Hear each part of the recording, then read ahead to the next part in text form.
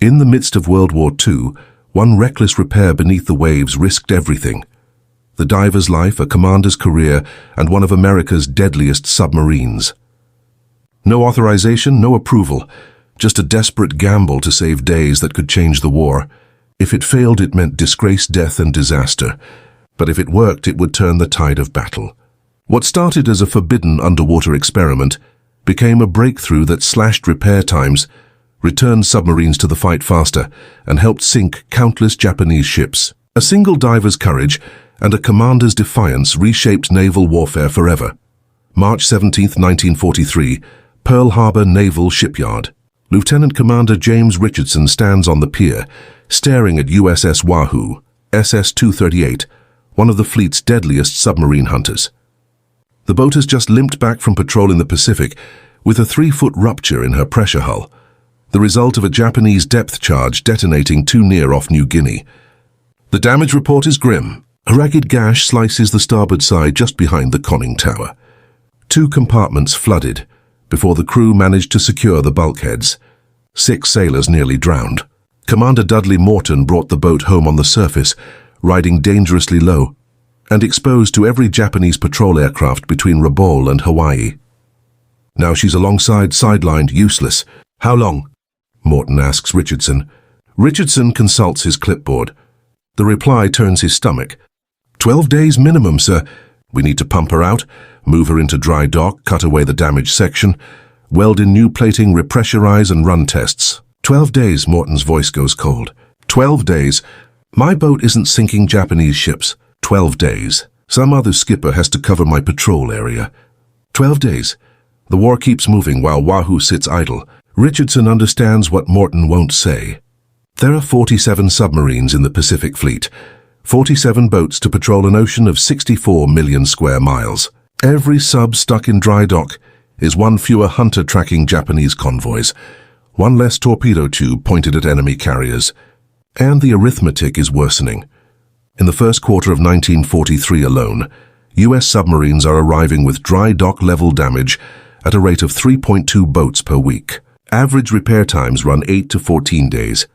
Pearl Harbor has only 3 working dry docks. Do the math, 3 docks, 12-day repairs. At that damage rate, within 6 months the submarine force will grind to a halt. Boats queued for repairs while Japanese convoys transit the Pacific untouched.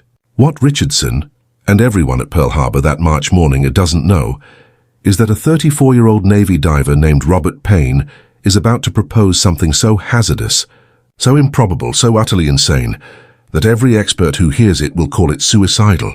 Payne's idea will break Navy diving rules. It will use gear that officially doesn't exist. It will require reaching depths Navy divers aren't certified to go. But if it succeeds, Wahoo could be fixed in 10 hours instead of 10 days. And it will alter submarine warfare forever. The core problem with submarine repair is straightforward. Submarines can't be repaired underwater. At least that's what every manual insists and what every specialist accepts. With reason. Since the Navy kicked off its diving program in 1898, divers have lived under strict boundaries. The Mark V diving rig, a 200-pound brass helmet, canvas suit and lead boots, lets a diver work down to about 180 feet. But at those depths, the human body becomes a timing device. Nitrogen narcosis appears near 100 feet.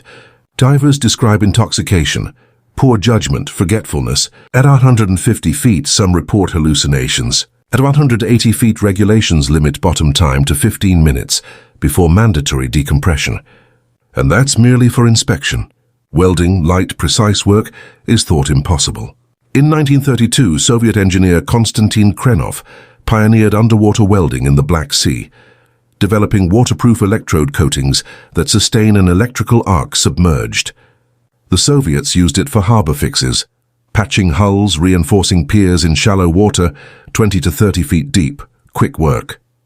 But welding a submarine pressure, hull at depth, while nitrogen narcosis clouds your mind and you must hold a 5,000-degree electric arc steady, enough to form a watertight seam able to resist 450 psi of external pressure sounds unthinkable. The Navy's Bureau of Ships ran tests in 1941 and concluded that underwater welding below 60 feet produced structurally unsound welds with a 73% failure rate under pressure testing. Not recommended for critical work. Translation, don't even try. Thus, when a submarine sustains a hole, the only accepted solution is dry dock. The process is methodical and painfully slow. First, pump all water from the damaged sub 6 to 8 hours. Tow her into dry dock, 3 hours if you're lucky.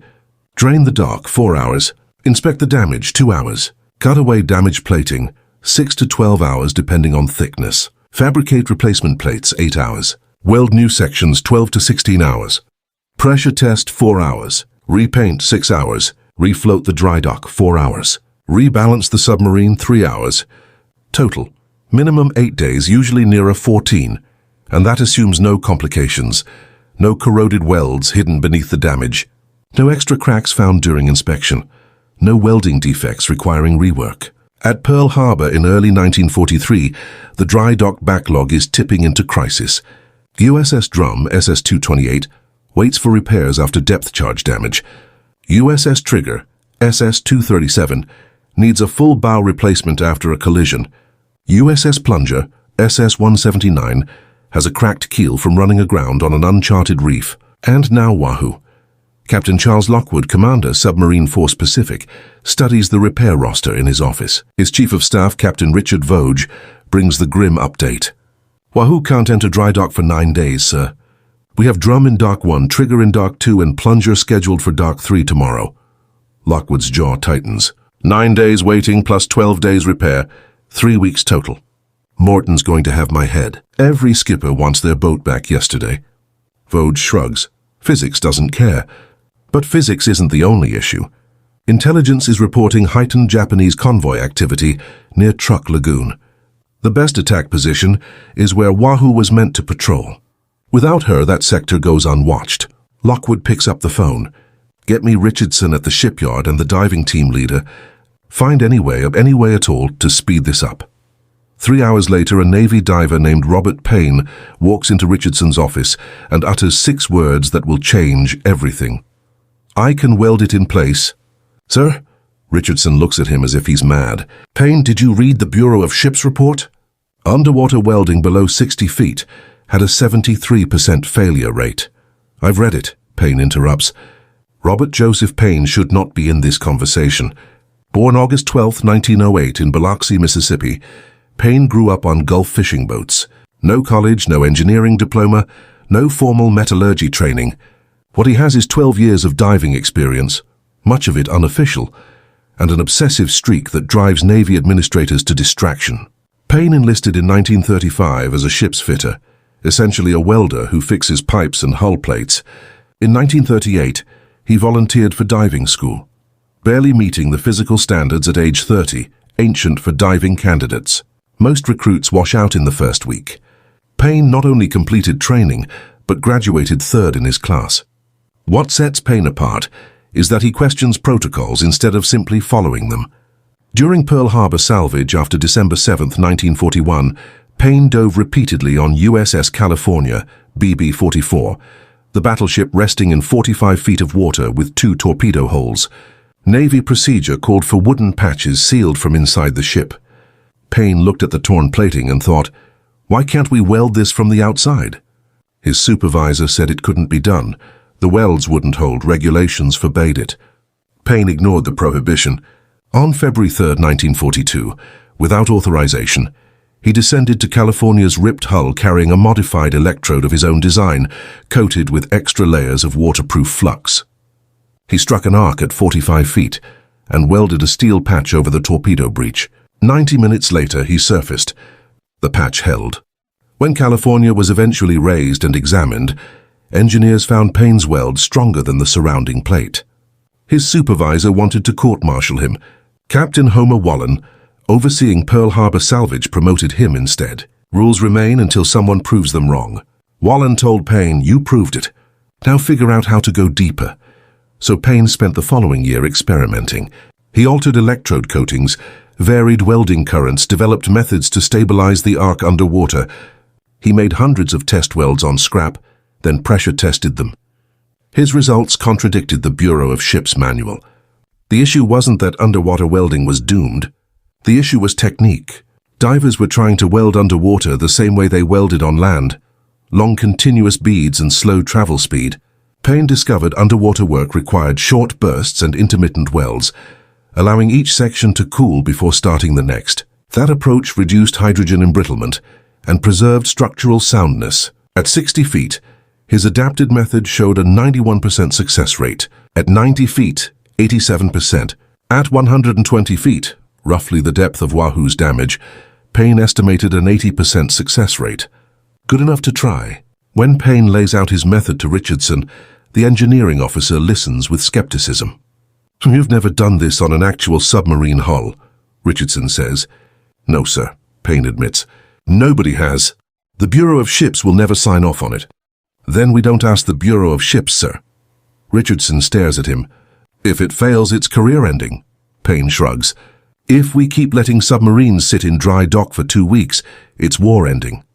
March 19, 1943, 0300 hours, Pier 7, Pearl Harbor. In the pre-dawn dark, Robert Payne and a 3-man team load gear onto a small diving barge. Modified welding generators, specially coated electrodes Payne fabricated. Cutting torches, steel patches pre-cut to fit Wahoo's hole.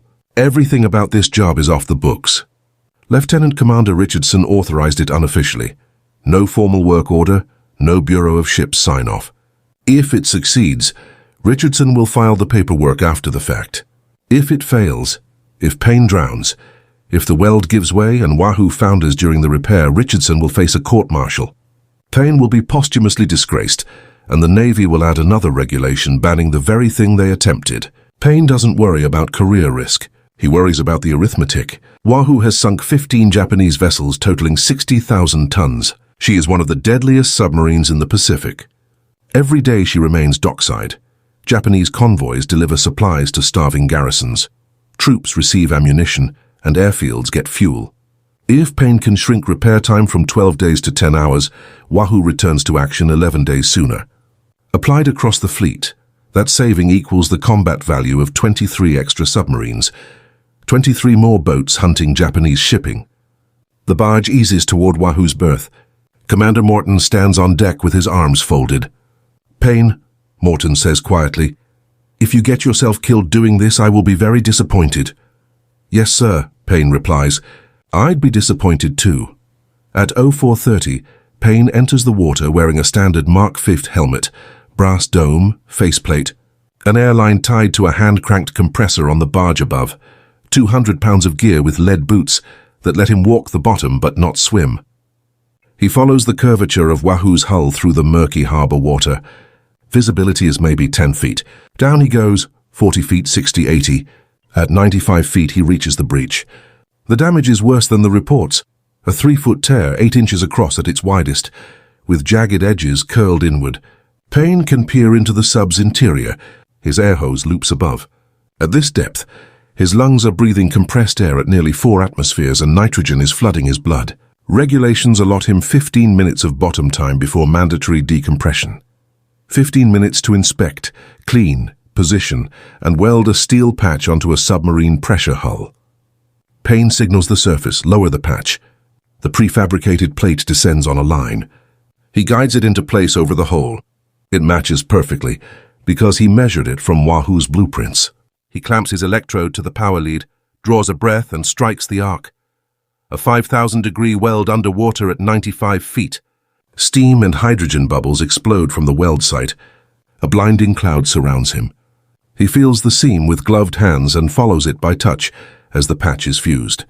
Richardson times him from the surface, stopwatch in hand, muttering that it's madness. March 19, 1943, 1100 hours, Admiral Lockwood's office. An emergency meeting called 45 minutes earlier has filled the room with submarine staff officers, shipyard commanders, and a furious Bureau of Ships representative. Commander Paul Hammond, who flew in from Washington to inspect Pearl Harbor's repair facilities. Hammond holds a clipboard and looks as if he's been told the Navy is now building ships from plywood. "Let me be clear," Hammond says slowly. "You approved an unauthorized dive using unapproved procedures to perform an unapproved repair on a fleet submarine while she remained afloat." Richardson stands at attention. "Yes, sir. And the repair is finished?" "Yes, sir. 6 hours ago. You haven't tested it. We pressure tested it 2 hours ago, sir. We flooded the damaged compartment to 150 psi. The weld held. No leaks. Hammond flushes with anger. You pressure tested an unauthorized repair without Bureau of Ships oversight. Sir, the submarine is operational. We saved 11 days of dry dock time. Wahoo can go back to patrol immediately. That's not the point, Hammond explodes. You broke every regulation, bypassed the approval chain, and gambled $1 million submarine on the unproven techniques of a diver with no engineering credentials. Captain Voge speaks cautiously. Commander, the repair worked. Hammond snaps back at him. What about the next time? You've just set a precedent that junior officers can ignore Bureau directives whenever they choose. Where does it stop? The room erupts, Hammond shouting about rules, Richardson arguing operational necessity, two shipyard commanders debating whether Payne's method can be standardized, and a metallurgy expert questioning the structural soundness of underwater welds. Admiral Lockwood lets the chaos run 30 seconds, then stands. Silence falls. He goes to a wall map of the Pacific Theater dotted with pins, red for Japanese ports, blue for U.S. submarine patrol areas. Far more red than blue. Commander Hammond, Lockwood says quietly, how many submarines do I have operational today? Hammond consults his clipboard. 43, sir. 4 are in dry dock. And how many do I need to effectively blockade Japan? Hammond hesitates. 120, Lockwood continues. 120 submarines to maintain continuous patrols along every convoy route from Singapore to Tokyo. I have 43. That means each submarine must be at sea 3 times as often as tactically prudent. Every day a sub spends in dry dock is a day Japanese tankers deliver fuel to their carriers. Every week we wait for proper channels, more Japanese transports reach New Guinea intact. Do you understand operational pressure? I don't think Washington does. Now you see paperwork. I see men dying because we haven't enough boats at sea. He points at Richardson. This officer identified a problem and fixed it. He took a risk. If it had failed and Payne had died, I would have court-martialed Richardson myself. But it didn't fail, it worked. Now we possess a technique that can cut repair time by 80%. Hammond sets his jaw. Admiral, the Bureau of Ships exists for a reason. We have procedures. Lockwood leans in. Here's what happens next. Payne will train every diver at Pearl Harbor in his method. Richardson will document the procedure, and you will take that paperwork back to Washington and tell the Bureau of Ships they can either officially approve it or explain to Admiral King why they refuse to adopt a method that triples our submarine availability. The room is stone silent. Are we clear, Commander?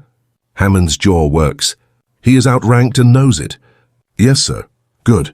Richardson, bring Payne in. I want to meet the diver. If you're hooked on this story, smash that subscribe button and turn on notifications so you don't miss these incredible pieces of hidden history. We've got more jaw-dropping stories coming your way. Now let's see how Payne's technique changed the entire war. March 22, 1943. USS Wahoo slips out of Pearl Harbor 3 days after arriving with a torn hull. Commander Morton watches Oahu recede. His orders: proceed to patrol area off truck and interdict Japanese convoy traffic. Raise havoc. He should still be queued for dry dock, but instead he's hunting. The weld endures a test dive to 180 feet, high-speed runs and emergency maneuver drills. The patch Payne welded at 95 feet in near-zero visibility, while nitrogen narcosis dulled his thinking performs like original hull plating. Better, in fact. Post-war analysis will later show Payne's underwater welds were 12% stronger than conventional dry dock welds, because rapid cooling produced a finer metal grain structure. That analysis is years away.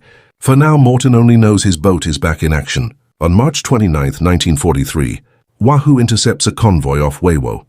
Morton sends 2 torpedoes into a 5,000-ton cargo ship loaded with ammunition and vehicle parts bound for Japanese forces in New Guinea. The vessel sinks in 4 minutes. Without Payne's repair, that convoy would have reached port unharmed. The figures tell the tale. Before Payne's method, January-March 1943, average submarine repair time was 11.3 days, with 6 to 8 boats in dry dock at any time and 72% of the force operational. Japanese ships sunk per submarine per month averaged 2.7. After Payne's technique, April-December 1943, average repair time fell to 2.4 days. Only 2 to 3 boats were in dry dock at a time. 91% of the force remained operational. And Japanese ships sunk per submarine per month rose to 4.1. The math is brutal. By removing the dry dock bottleneck, Payne's method effectively added the combat value of 17 submarines to the Pacific Fleet without building a single new boat. 17 more hunters shadowing Japanese convoys. April 15, 1943, South China Sea. USS Harter, SS-257, takes damage from a depth charge attack off Formosa. A cracked hull plate floods the aft torpedo room. Under old procedures, Harter would abort, run submerged back to Pearl Harbor for 3 days, and spend 2 weeks in dry dock. Instead, she surfaces